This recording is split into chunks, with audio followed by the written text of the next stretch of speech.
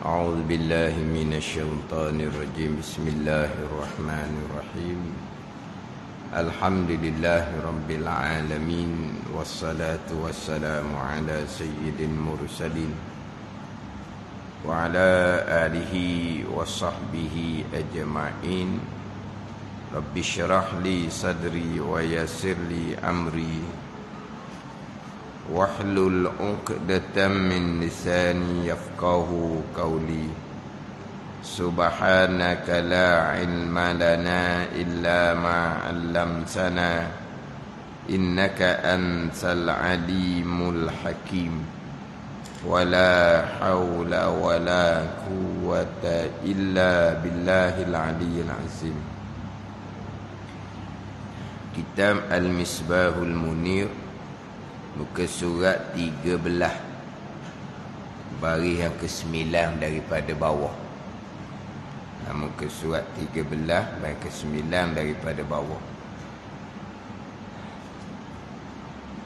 Qala al-muallifu rahimahullahu ta'ala wa nafa'ana bi'ulumihi amin. Bermula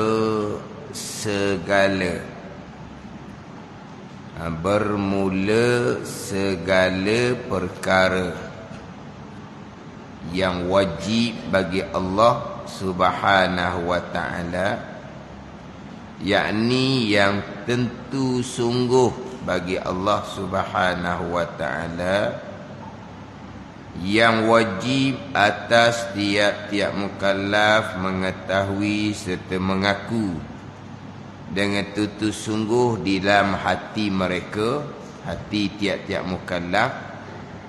Jadi segala perkara yang wajib bagi Allah tu mubtada, khabarnya amat banyak khabar pada kata bermula segala perkara, yakni segala sifat yang wajib bagi Allah. Bermula segala perkara, segala sifat yang wajib bagi Allah, amat banyak tu khabar dia, amat banyak, tidak dihingga akan dia melainkan Allah Subhanahu wa ta'ala. Maka wajib mengaku di dalam hati mereka itu tiap-tiap mukallaf dengan sungguh semuanya, segala perkara yang wajib bagi Allah, semuanya itu bagi Allah Subhanahu wa ta'ala. Dan segala lawan bagi yang wajib itu, mana segala lawan daripada segala perkara yang mustahil, yakni perkara tentu tidak atas Allah, yang wajib atas tiap-tiap mukallaf mengaku dalam hati mereka itu tiap-tiap mukallaf dengan tentu tidak semuanya itu pun amat banyak juga. Tetapi yang wajib atas tiap-tiap mukallaf mengetahui serta mengaku sungguh di dalam hatinya, dengan mengaku tentu sungguh dalam hatinya, dengan bilang satu-satu itu 20 sifat, dan lawan pula 20 sifat, serta dalil-dalil bagi tiap-tiap satu itu. Tetapi yang wajib atas tiap-tiap mukallaf mengetahui serta mengaku sungguh dalam hatinya dengan bilang-bilang, dengan bilang satu-satu itu 20 sifat. Dengan bilang satu-satu maksud apa? Tafsil. Tafsil 20 sifat. Segala sifat yang wajib bagi Allah tu, itu secara ijmal. Secara tafsil dengan bilang satu-satu itu 20 sifat. Dengan bilang satu-satu itu 20 sifat.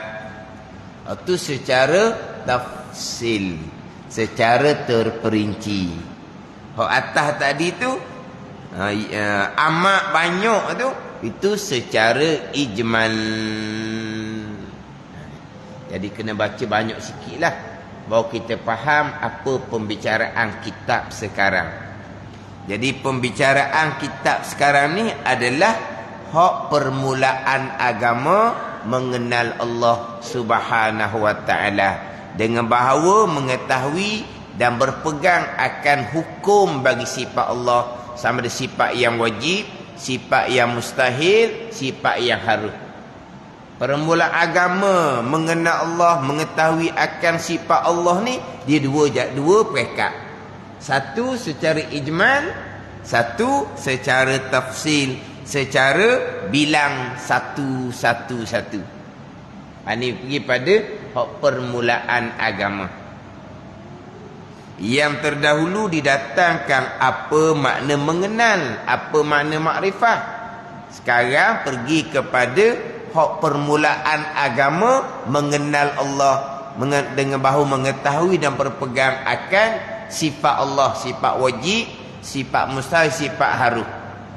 Sifat Allah ni, sifat wajib, sifat mustahil amat banyak. Itu mengetahui serta berpegang secara ijmal. Kemudian dengan bilang satu-satu itu 20 sifat dan lawan perlu 20 sifat. Ni atas jalan tafsil. Dia susunan lebih mudahnya dalam kitab Faridatul Faraid. Susunan lebih mudah dalam kitab Faridatul Faraid. Dia asing lalu dah. Hak wajib secara ijmal, hak wajib secara tafsir, secara berasingan. Ada kitab Faridatul Faraid. Hak ni dia susun tu.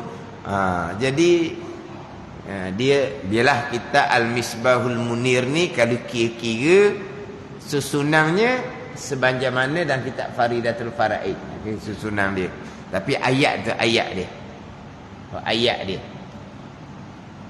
Jadi hak ni hak permulaan yang wajib pada agama mengenal Allah, dengan bahawa mengetahui akan segala sifat yang wajib bagi Allah, segala sifat yang mustahil dan segala sifat yang harus.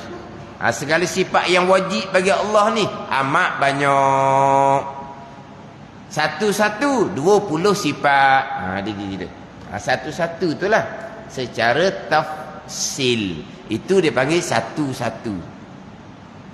Dia dua peringkat ni, ijmal, kasar, ringkas, borong. Satunya secara tafsil. Yang terdahulu bicara dalil. Dalil yang wajib fardu ain adalah dalil ijmali. Adapun dalil tafsili, itu dalil hak fardu kifayah. Itu bicara bab dalil. Hak dalil yang wajib atas kita, hak wajib fardu ain secara ijmal. Mengetahui sifat Allah, hak 20 tu secara tafsil. Dalil bagi sifat 20, hak fardu ainnya secara ijmal. Sifat 20 secara tafsil. Hak amat banyak mengetahui secara ijmal, dalil pun secara ijmal. Hak 20 mengetahui secara tafsil, tapi dalilnya hak fardu ain secara ijmal, dalil pendek, dalil rekah.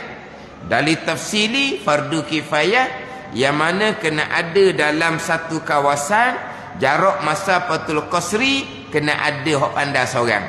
Kalau tidak ada hak pandai seorang dalil tafsili ni, maka berdosa semuanya. Semua yang berada dalam masafatul qasri, dalam lingkungan 90 km tu, berdosa semuanya. Semuanya mana? Tiap-tiap mukallaf. Lelaki ke, perempuan ke, tua ke, muda ke, janji balik.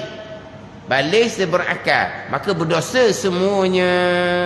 Kalau tidak ada yang mengetahui dalil hak secara tafsil. Dalil secara tafsil dalam ni pun tak hurah dalil tafsir ni. Dan kitab Faridah pun tak hurah dalil tafsir ni.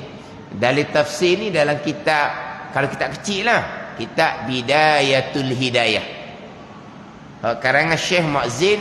Saya baca subuh pagi Jumaat di masjid Nibung tu. Tu dia datangkan dalil hak tafsil. Dia menghuraikan matan Ummil Barahi. Tu dalil cara tafsil. Mana ni?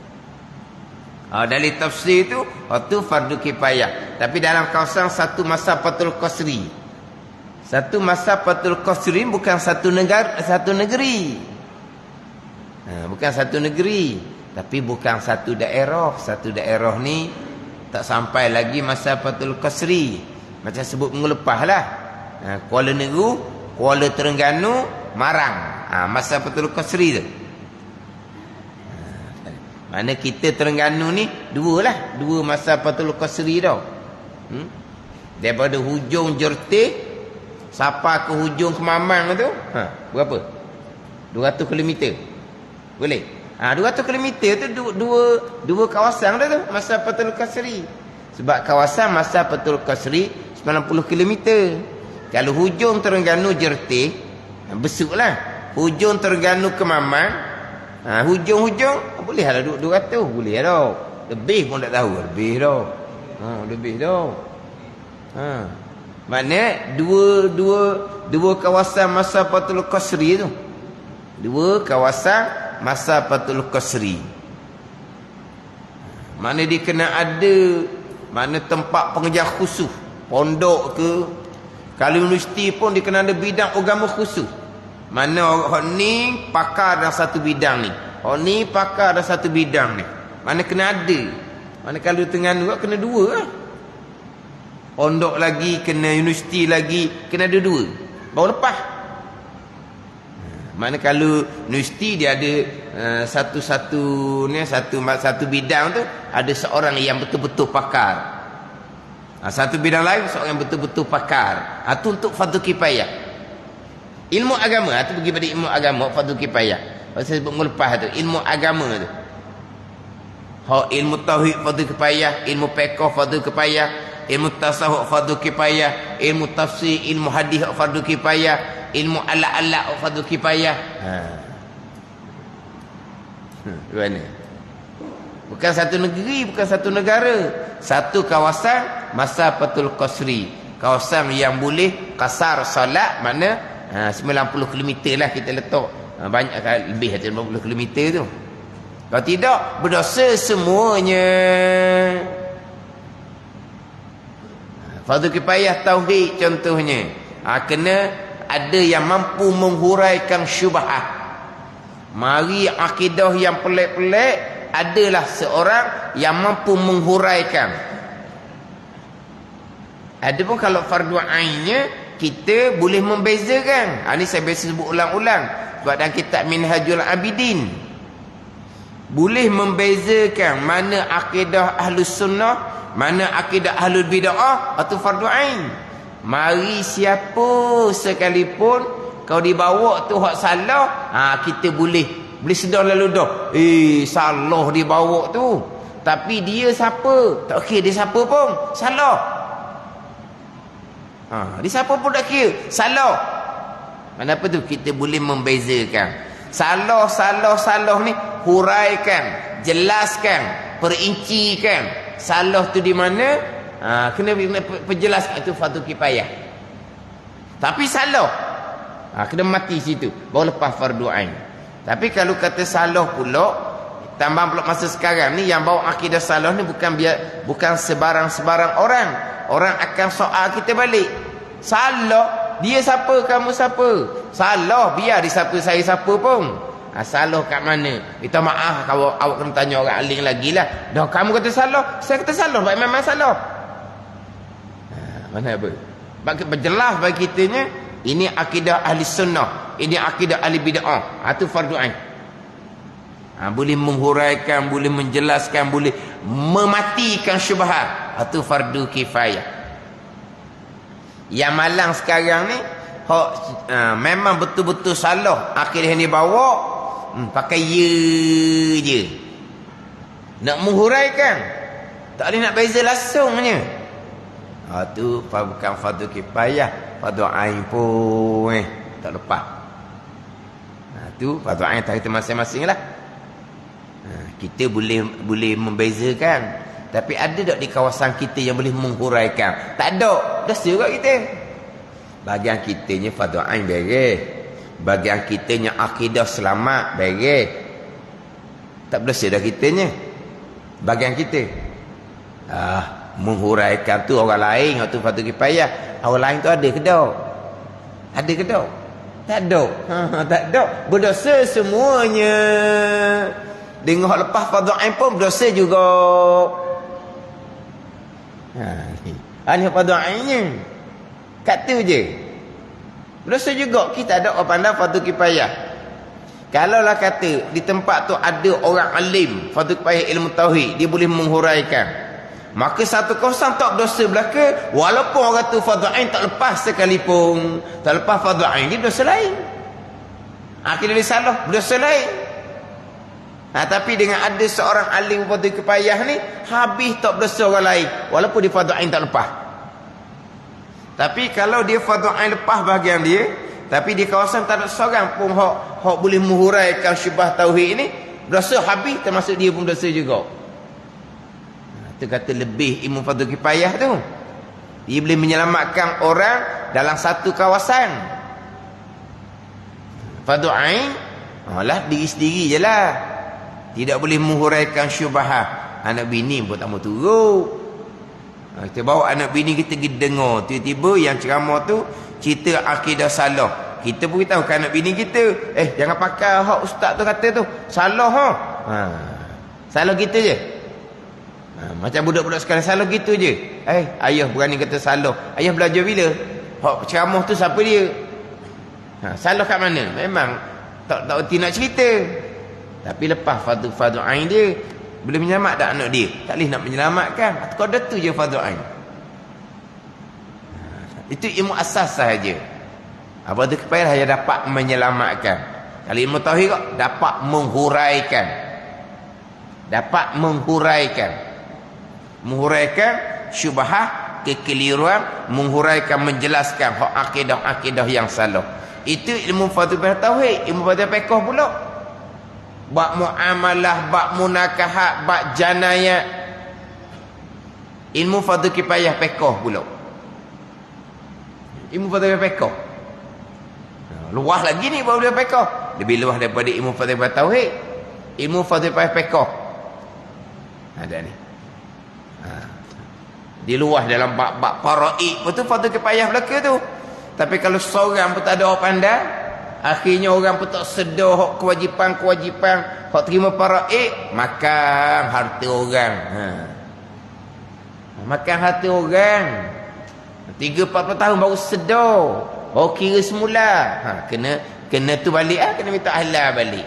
Ujian apa? Sebab tak ada orang pandai ilmu bab faraid. Tapi itu fardu kifayah, memang perlu ada orang pandai. Memanglah ilmu tu bukan amal sentiasa, time mati barulah nak ilmu tu. Kena adalah seorang pandai.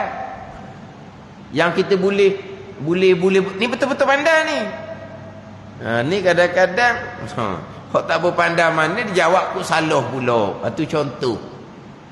Walaupun benda tu bukan benda yang hak harian, tapi itu berkaitan dengan kehidupan. Kalau kita terambil harta yang bukan milik kita, lama mana kita makan harta yang haram?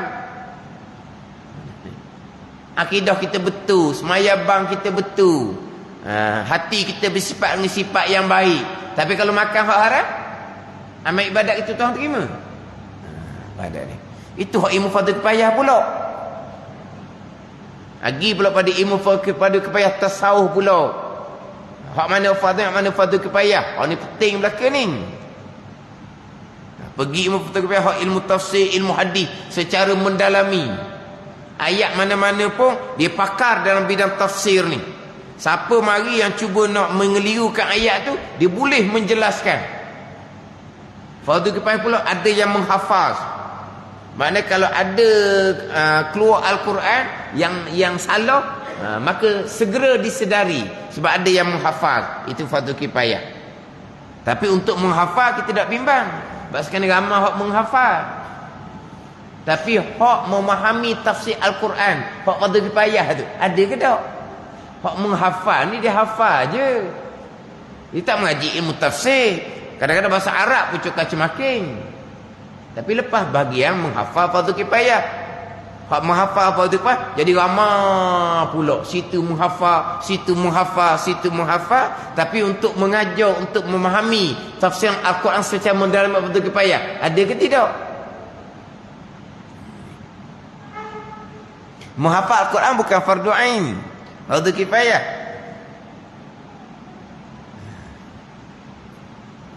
Hak nak memahami Al-Quran tu secara mendalami. Kalau menghafal Al-Quran, kalau ada je Al-Quran baru yang salah, maka yang menghafal segera sedar. Hak fardu kifayah tafsir Quran pula, ada yang cuba nak mengelirukan tafsiran mana-mana Al-Quran, dia akan menyedari. Sebab apa? Sebab dia pakar dalam ilmu tafsir. Hak ni hak dapat menyelamatkan hak lebih luas umat. Dalam ilmu tauhid ke, ilmu fiqh ke, ilmu tasawuf ke, kemudian nak jadi pakar pun dalam ilmu agama ni, dia kena alim dalam ilmu alat. Ilmu alat ada kena alim lah. Tu fardu kifayah belaka tu. Ilmu alat ni belah-belah ilmu. Bukan kata ilmu tu orang tak belajar, nama ilmu pun janggal dah bagi kita ni. Ini akhir zaman hak fardu kifayah. Kita fokus fardu ain tu bahagian kita. Bahagian kita ni fokus fardu ain. Tapi untuk fardu kifayah, kita kena lahirkan generasi di kalangan kita ni hak cerdik-cerdik yang fokus belajar ilmu agama je. Tak sudah bagi-bagilah. Nak ilmu agama lagi, nak ilmu akademik lagi, otak tak mampu. Nak ilmu agama lagi, nak ilmu akademik lagi, otak tak mampu. Tinggi-tinggi dia nak melahirkan orang yang pakar ilmu dunia serta hafaz Al-Quran. Hafaz Al-Quran je, bukan dia memahami akan ayat Al-Quran. Ni kan dia nak melahirkan doktor bidang perubatan tapi hafaz Al-Quran, jurutera hafaz Al-Quran, engineer, pilot hafaz Al-Quran. Itu fardu kifayah, bukan fardu ain. Memahami Al-Quran tu macam mana pula? Yang mana terkadang hak jenis dua bidang gini ni, bayangkanlah, satu otak hafal Quran lagi, satu Al-Quran. Lepas tu nak belajar ilmu kedoktoran pula, perubatan. Seorang-seorang tu pun kadang-kadang stres. Jadi rosak budak ni nak belajar ilmu perubatan ni. Kan ada kan? Hak sekat jalan lah, hak sampai masa praktikal berhenti lah. Sebab apa ni? Beratnya ilmu perubatan ni. Seorang-seorang ni. Atau seorang tu, dia nak tambah pula hafal Quran. Nak tambah pula hafal Quran. Nak melahirkan doktor perubatan yang hafal Al-Quran. Doktor perubatan saja ni, ilmu dia tu berat tak berat. Nak tanggung dia ni, bukan budak biasa-biasa ni. Budak cerdik-cerdik ni yang boleh masuk bidang ni. Dia nak tambah pula hafal Al-Quran pula. Dia ingat orang ni hafal Al-Quran.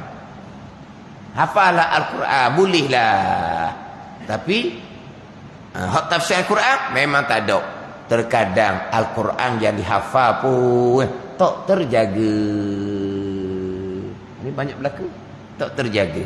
Lepas itu dia pun sudah tak mampu dah nak tanggung Al-Quran. Dia lupa Al-Quran yang dihafal dahulu, berdosa besar.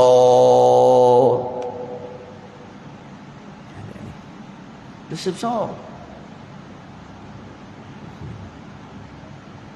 Orang yang kita nak suruh jadi bijak dalam ilmu dunia ni, pastikan dia alim fardu ain je. Pastikan dia fardu ain je. Hafal Quran fardu kifayah biar orang lain lah. Dia hanya ambil fardu kifayah ilmu perubatan je. Itu fardu kifayah. Ambil itu je. Nak ambil fardu kifayah ilmu perubatan, nak ambil fardu kifayah hafal Quran. Otak dia ada roti ke dalam kepala dia tu?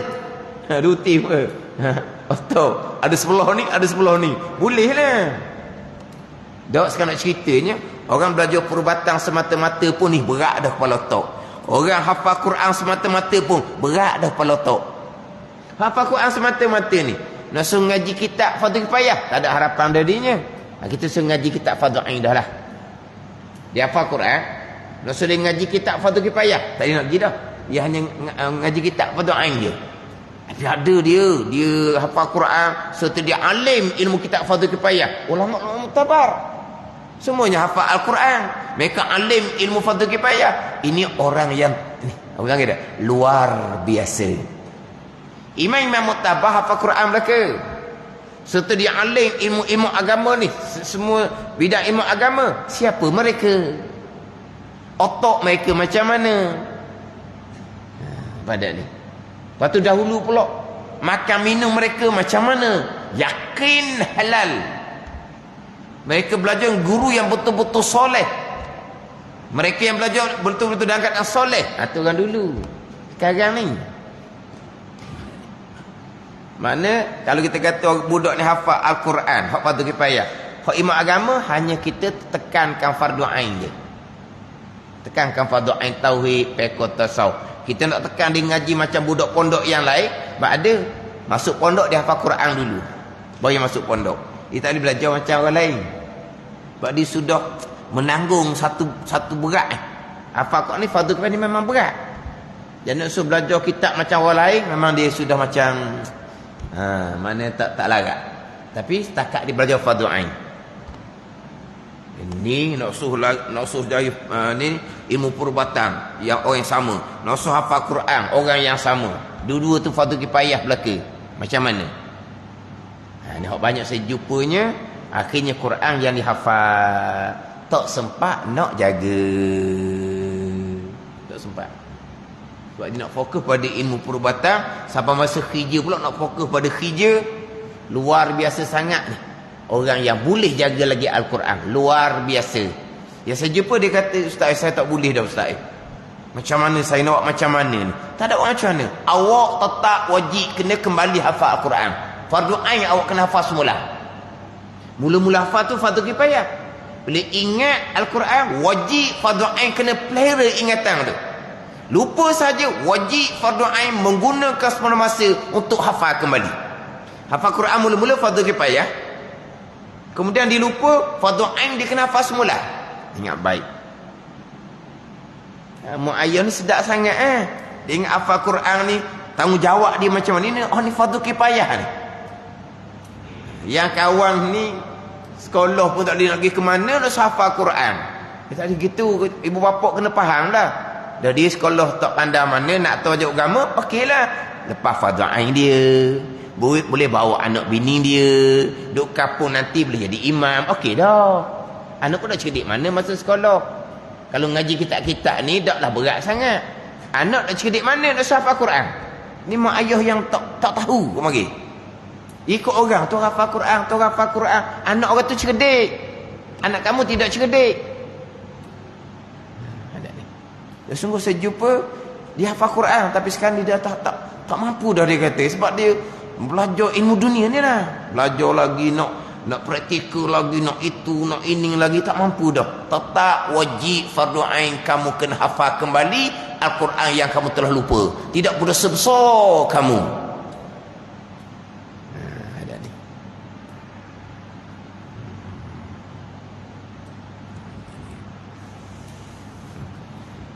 Tapi nak cerita ilmu fardu dia luas lah.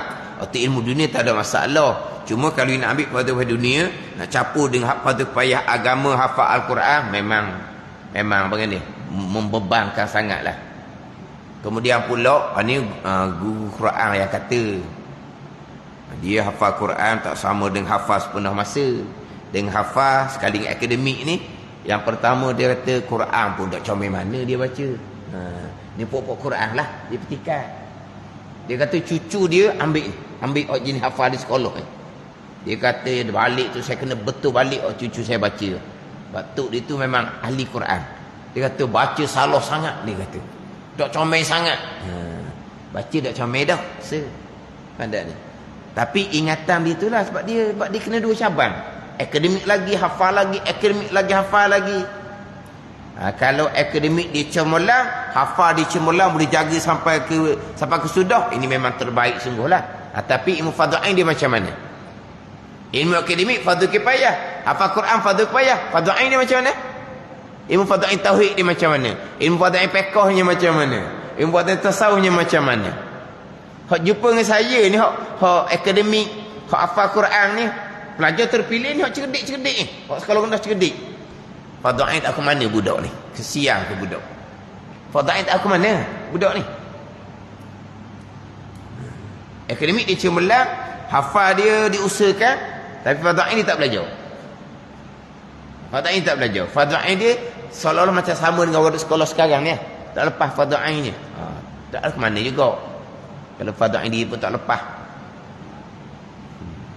Dia kena faham molek ni kita ibu bapa. Mana fardu ain, mana fardu kifayah. Ini hak ilmu tauhid ni. Hak fardu kifayah nyok mana? Fardu ain ada pekat tahap dia. Kita bicara tadinya boleh membezakan fardu ain, boleh menghuraikan fardu kifayah. Berpegang serta berdalil. Hak dalil hak fardu ain dalil ijmali. Dalil fardu kifayah dalil tafsili. Kembali nak pergi pula hak sifat Allah ni, hak mana yang wajib atas mukallaf mengetahui dan berpegang secara ijmal, manakah secara tafsil. Kita ijmal dengan tafsir, kita jangan lupalah hak tu jadi lorak kita lah. Ijmal kita faham, tafsil kita faham. Ijmal ringkas, tafsir perinci. Yang kita bicara dahulu rukun iman, beriman dengan malaikat. Secara ijmalnya malaikat makhluk Allah yang paling banyak kita beriman sekalian. Secara tafsirnya beriman dengan malaikat 10, beriman dengan malaikat hamalatul arsy, beriman dengan malaikat hafazah. Ini beriman secara tafsil. Beriman dengan sekalian kitab itu secara ijmal. Semua kitab-kitab yang diturunkan oleh Allah, setengah ulama mengatakan 104 buah. Walaupun pandangan yang muktamad jangan hinggakan bilangan. 104 buah tu kita wajib beriman secara ijmal. Cara tafsirnya Taurat, Injil, Zabur dan Quran. Beriman dengan Rasul. Rasul ni ramai, beriman secara ijmal. Kalau Rasul 25 beriman secara tafsil. Gitu. Kalau kita bicara keimanan dahulu. Ni kita pergi pula pada sifat Allah, sifat Rasul. Sifat Allah secara ijmal, cara tafsil. Sifat Rasul secara ijmal, cara tafsir. Dalil ijmal fardu ain. Dalil tafsir fardu kifayah.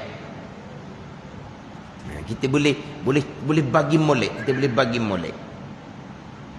Permulaan agama mengenal Allah, mengenal Rasul, mengetahui dan berpegang akan hukum bagi sifat Allah, sifat Rasul. 2 peringkat, cara ijmal, cara tafsir. Kemudian berdalil, dalil ijmal fardu ain, dalil tafsir fardu kifayah. Adapun mengetahui dan berpegang akan hukum bagi sifat Allah dan Rasul, cara ijmal pun fardu ain, cara tafsir pun fardu ain. Tafsir itulah 20 kalau sifat Allah. Cara tafsir 4 kalau sifat Rasul. 4 sifat sidik, amanah, tabligh, fatanah, tu cara tafsir. Cara ijma' kita wajib mengetahui dan berpegang, mengaku putus di hati Rasul, Nabi dan Rasul, manusia pilihan Allah, pasti bersifat dengan sifat sempurna nisbah seorang manusia. Kamal basyari, sempurna nisbah seorang manusia. Sidik, amanah, tabligh, fatanah itu secara tafsil. Jadi sifat Allah ijma' tafsir, sifat Rasul pun ijma' tafsil. Bukan sifat Rasul sidik, amanah, tabligh, fatanah saja, bukan. Itu secara tafsil, secara detail. Pandai kita belajar fardu ain ni, permulaan agama mengenal Allah, mengenal Rasul ni. Kena bagi molek lah. Hak ijmal macam mana, tafsir macam mana, dalil fardu ain, dalil ijmal. Dalil fardu kifayah, dalil tafsiri, dalil fardu kifayah. Dia kena letak molek. Jadi sekarang nak masuk kepada hak permulaan agama. Mengenal Allah, mengetahui akan sifat-sifat Allah, hak secara ijmal dan secara tafsil. Bermula segala perkara ni, segala sifat yang wajib bagi Allah, yang wajib pada hak Allah Ta'ala, yakni yang tentu sungguh bagi Allah Ta'ala. Yang wajib ni yang tentu sungguh bagi Allah Subhanahu wa Ta'ala, yang tidak terima dak sama sekali. Yang wajib bagi Allah, yakni yang tentu sungguh bagi Allah, yang tidak terima dak sama sekali. Ini sifat yang wajib bagi Allah Subhanahu wa Ta'ala. Sifat mustahil, sifat yang tentu dak sama sekali, yang tak terima sungguh sama sekali, yang tentu dak, yang tak terima sungguh sama sekali. Itu sifat mustahil. Sifat mustahil, sifat yang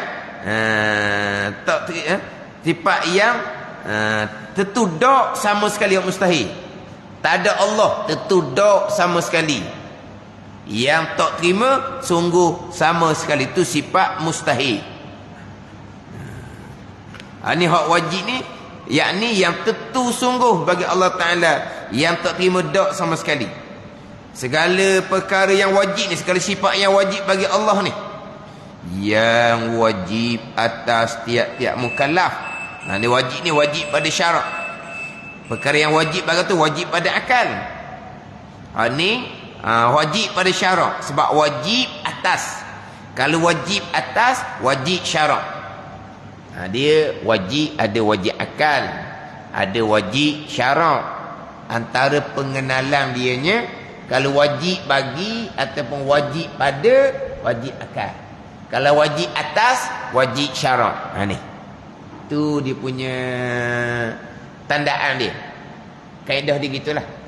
Tapi kaedah ni dia panggil kaedah aghlabiyah. Aghlabiyah ni kaedah hak golik-golik lah. Wajib bagi, tiba-tiba wajib syarak, tak salah pun. Kalau wajib bagi, wajib akal. Wajib syarak, wajib atas. Tu hak golik dia gitulah, kaedah dia gitu. Jadi kalau wajib bagi, wajib pada, wajib aklan. Wajib atas, wajib syar'an. Dia kena, itu dia punya tandaan dia. Dia punya tandaan dia. Dari sini ni kan, bermula segala wajib, bermula segala perkara yang wajib bagi Allah. Situ. Yang wajib atas tiap-tiap mukallaf. Dua kali wajib. Waktu wajib bagi, wajib akal. Wajib atas tiap-tiap mukallaf, wajib syarak. Yang wajib atas tiap-tiap mukallaf mengetahui serta mengaku dengan tentu sungguh dalam hati mereka. Hak tentu sungguh ni, segala sifat yang tentu sungguh ni bagi Allah Ta'ala. Amat banyak atau khabar dia. Amat banyak.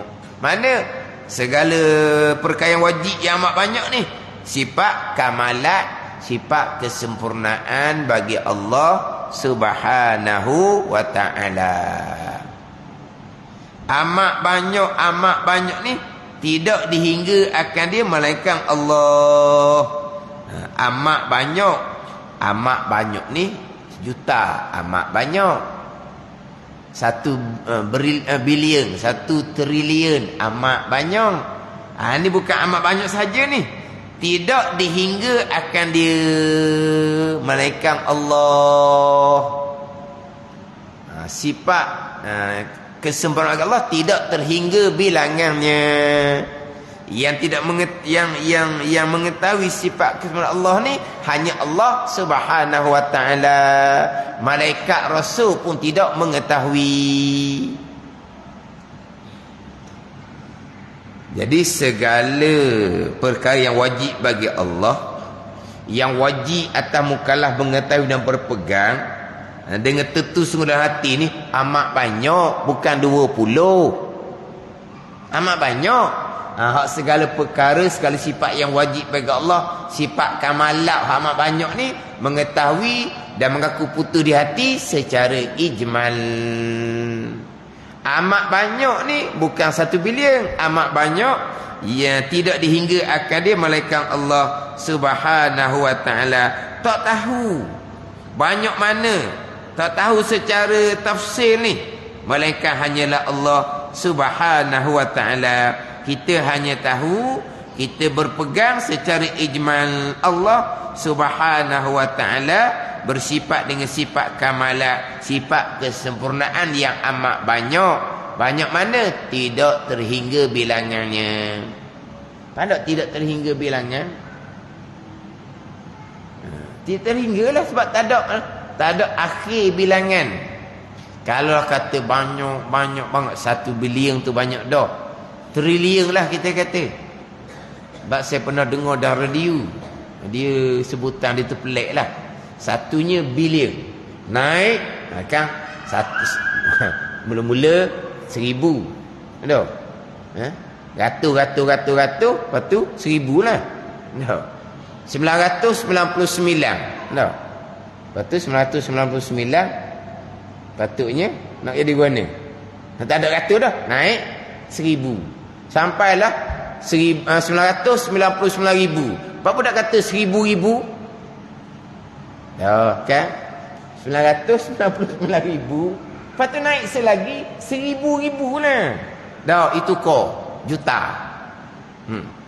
Sampailah ke 999 juta. 1000 juta ditukar pada bilion.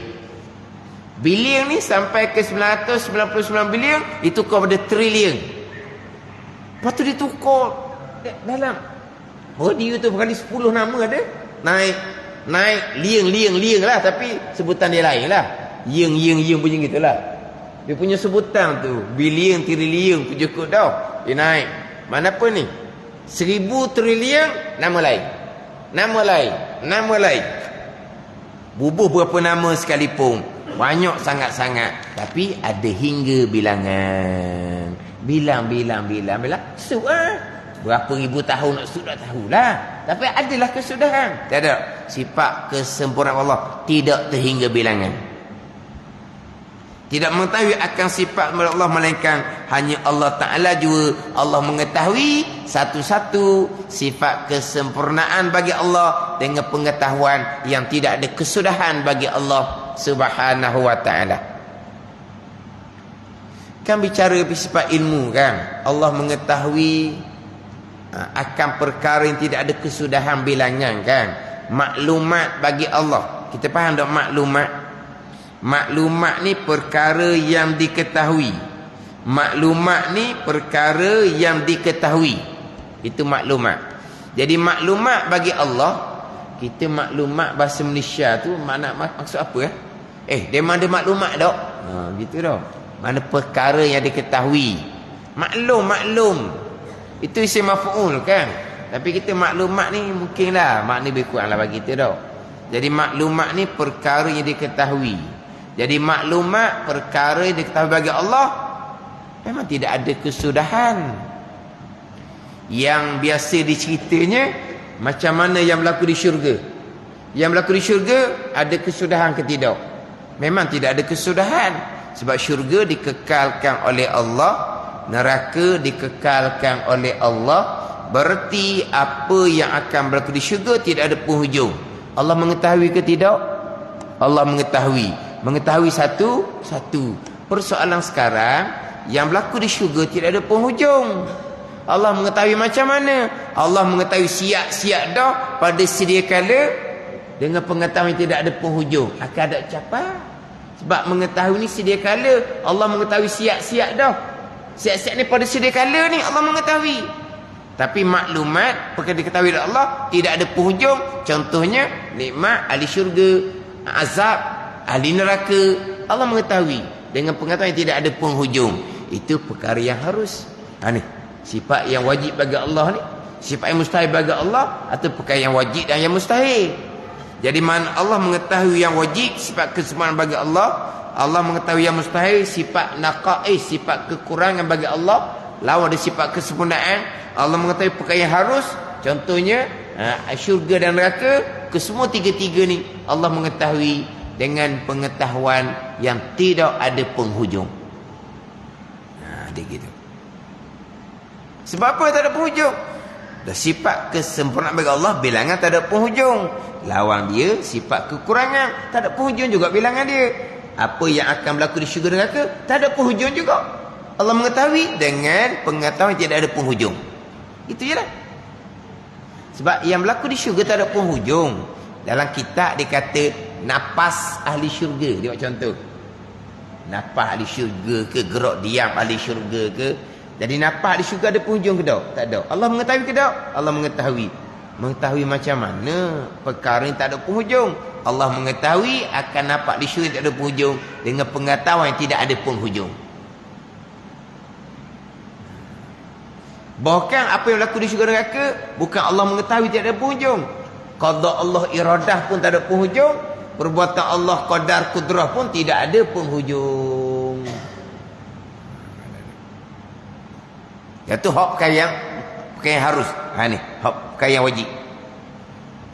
Jadi sifat kesempurnaan bagi Allah amat banyak, tidak dihingga akan dia melainkan Allah Ta'ala. Tidak dihingga akan dia melainkan Allah Ta'ala. Maka wajib mengaku dalam hati mereka itu, dalam hati tiap-tiap mukallaf ni, dengan sungguh semuanya, segala perkara yang wajib bagi Allah ni, yang amat banyak yang tiada dihingga akan dimalakan Allah ni, semuanya itu bagi Allah Subhanahu wa ta'ala. Itu semua sifat Allah Subhanahu wa ta'ala. Hak ni mengetahui dan mengaku putus di hati atas jalan ijmal.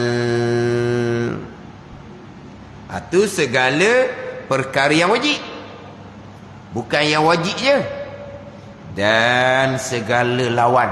Segala lawan bagi yang wajib itu, segala lawan dia. Bagi yang wajib sifat kamalat, sifat kesempurnaan. Mana segala lawan? Dia bayang dia. Daripada segala perkara yang mustahil, daripada segala sifat-sifat mustahil, sifat naqais, sifat kekurangan, lawan pada sifat kesempurnaan, sifat kamalat bagi Allah Subhanahu wa ta'ala. Daripada segala perkara mustahil, yakni perkara mustahil ni perkara yang tentu tidak atas Allah Ta'ala, perkara yang tentu tidak sama sekali bagi Allah Ta'ala. Segala yang dan segala lawan bagi yang wajib itu, yang wajib di konfirmasi tu, yang wajib atas tiap-tiap mukallaf, yang wajib atas tiap-tiap mukallaf, wajib syarak mengaku dalam hati mereka itu dengan tentu tidak semuanya, dengan tentu tidak semuanya, semua segala perkara mustahil pun amat banyak juga sifat kesempurnaan, sifat kamalat amat banyak. Lawan pada sifat kesempurnaan samalah amat banyak juga. Kita wajib mengetahui dan berpegang cara tafsir 20. Hak mustahil pun hak lawan 20 juga. Kita wajib mengetahui secara tafsir. Sekarang ni sifat kesempurnaan bagi Allah, sifat kamalat bagi Allah amat banyak, tidak terhingga bilangannya. Maka lawan pada sifat kesempurnaan amat banyak jugalah, sama je lah, amat banyak, tidak terhingga bilangannya. Kedua-dua ni wajib berpegang atas jalan ijmal. Kita berpegang Allah Ta'ala tentu sungguh bersifat dengan sifat kesempurnaan bagi Allah Subhanahu wa ta'ala. Kita berpegang pula hukum bagi sifat mustahil. Sifat mustahil, sifat naqais yang amat banyak, tentu tak sama sekali bagi Allah Subhanahu wa ta'ala. Hak kita pegang, hak tentu tak ni kita sebut dengan maha suci. Kita mengetahui serta berpegang secara ijmal Allah Subhanahu wa ta'ala bersifat dengan sifat kesempurnaan yang tidak terhingga bilangannya. Maha suci Allah. Maha suci ni hukum kepada sifat mustahil. Kan sifat mustahil kan tentu tak sama sekali kan. Dia panggil istihalatul mustahil. Maha suci itulah maha suci Allah Subhanahu wa ta'ala daripada sifat kekurangan, sifat naqais yang tidak terhingga bilangannya. Dia gitu. Ni pegang dua ni. Pegang sifat wajib tentu sungguh bagi Allah, sifat mustahil, sifat kekurangan, sifat naqais tentu tak sama sekali. Jadi maha suci Allah daripada sifat kekurangan yang tidak terhingga bilangannya. Ni mengetahui dua sifat wajib, sifat mustahil ni secara ijmal. Mengetahui dan berpegang secara ijmal Allah Subhanahu wa ta'ala bersifat dengan sifat kesempurnaan, sifat kamalat yang tidak terhingga bilangannya. Yang kedua wajib kita berpegang maha suci Allah daripada sifat naqais, sifat kekurangan yang tidak terhingga bilangannya. Itu mengetahui serta berpegang secara ijmal. Dalil fardu ainnya ijmal juga. Apa dalil fardu ain? Hak secara ijmal Allah bersifat dengan sifat kesempurnaan yang tidak terhingga bilangannya. Maha suci Allah daripada sifat kekurangan yang tidak terhingga bilangannya. Apa kau dalil ijmalnya? Ada langit, ada bumi. Kenapa ada langit, ada bumi menjadi dalil Allah bersifat dengan sifat kesempurnaan? Kenapa ada langit ada bumi menjadi dalil? Maha suci Allah bersifat kekurangan. Tak reti nak jawab. Kenapa? Hanya tahu dalil ijmali, hak fardu kifayah sahaja. Nak hurah dalil lagi, hak tu dalil tafsili, hak tu bukan fardu ain. Hak dalil ijmali tu fardu ain, hak dalil tafsili fardu kifayah. Jadi hak permulaannya mengetahui dan berpegang sifat Allah wajib mustahil cara ijmal, dalil pun ijmal. Dalil pun ijmal. Mengetahui serta berpegang Allah Subhanahu wa taala bersifat dengan sifat kamalat, sifat kesempurnaan yang tidak terhingga bilangannya. Maha suci Allah daripada sifat naqais, sifat kekurangan yang tidak terhingga bilangannya. Secara ijmal kita mengetahui dan berpegang. Dalilnya dalil ijma juga, ada langit ada bumi kata. Barulah pergi kepada hak 20 sifat secara tafsil, tapi dalil pun ijmali juga. Ini dua peringkat ni. Tetapi yang wajib atas tiap-tiap mukallaf mengetahui serta mengaku sungguh dalam hatinya dengan bilang satu-satu itu 20 sifat dan lawan pula 20 sifat serta dalil-dalil bagi tiap-tiap satu itu. Serta dalil-dalil bagi tiap-tiap satu itu. Jadi dalil hak pegang secara tafsir je serta dalil. Hak pegang cara ijma atas tu mana dalil? Kena ada dalil juga tu. Kena ada dalil juga. Dalil ada langit, ada bumi. Hak atas tu cara ijmal tu kan. Allah bersifat dengan sifat kesempurnaan yang tidak terhingga bilangannya. Maha suci Allah dia bersifat kekurangan tidak terhingga bilangannya. Dalil kena ada lah. Ada langit, ada bumi. Hak ni, hak 20 ni pun setengah dalil jugalah. Tapi cara ijmal pun kena dalil juga. Ni hak cara tafsil. Tetapi yang wajib atas tiap-tiap mukallaf wajib pada syarak mengetahui dan mengaku sungguh dalam hatinya dengan bilang satu-satu. Dengan bilang satu-satu tafsili 20 sifat. Bukan sifat Allah 20 je, bukan. Ini secara satu-satu. Sifat Allah tidak terhingga bilangannya. Dan lawan pula 20. Serta dalil-dalil bagi tiap-tiap satu itu. Tiap-tiap satu daripada 20. Tiap-tiap satu daripada 20 sifat yang wajib. Tiap-tiap satu daripada 20 sifat yang mustahil. Hak lawan dia pun satu-satulah. Dalil hak ijmali lah. Hak 20 sifat ni sifat wajib dan mustahil atau tafsili. Kena kunci satu-satu. Tapi dalilnya dalil ijmali. Pegang cara tafsir. Allah ada. Kena tafsir juga. Tak ada Allah tu macam mana. Kemudian kena berdalil. Kita berpegang ada Allah, berdalil. Kita berpegang tertudak tak ada Allah Ta'ala, wajib setengah dalil. Tapi dalil yang samalah antara pegang Allah ada dengan pegang tertudak Allah tiada, dengan dalil yang sama. Tapi kena ada dalil lah. Hak wajib kena ada dalil 1-1 20. Mustahil kena ada dalil 1-1 20. Tapi dalilnya dalil ijmali. Hak 20 ni secara tafsili. 20 yang wajib secara tafsili. 20 yang mustahil secara tafsili. Macam mana sifat mukhalafah, sifat wajib secara tafsili. Sifat mumasalah, sifat serupa Allah dengan yang baharu mustahil. Kena tafsir juga. Serupa tu macam mana? Serupa pada zat macam mana? Hak mustahil. Serupa pada sifat macam mana? Hak mustahil. Serupa pada perbuatan macam mana? Hak mustahil. Kena tafsir, kena perinci. Ni fardu ain. Hak mukhalafah pada zat sifat perbuatan, hak tu tafsir. Tu sifat wajib. Sifat mustahil, mumasalah serupa, kena perinci juga. Pergi kepada wahdaniyah pada zat sifat perbuatan, kena tafsir, sifat wajib. Berbilang pula. Berbilang pada zat macam mana? Berbilang pada sifat macam mana? Berbilang pada perbuatan macam mana? Kena tafsir tu. Satu-satu tu. Hak lawan dia tu.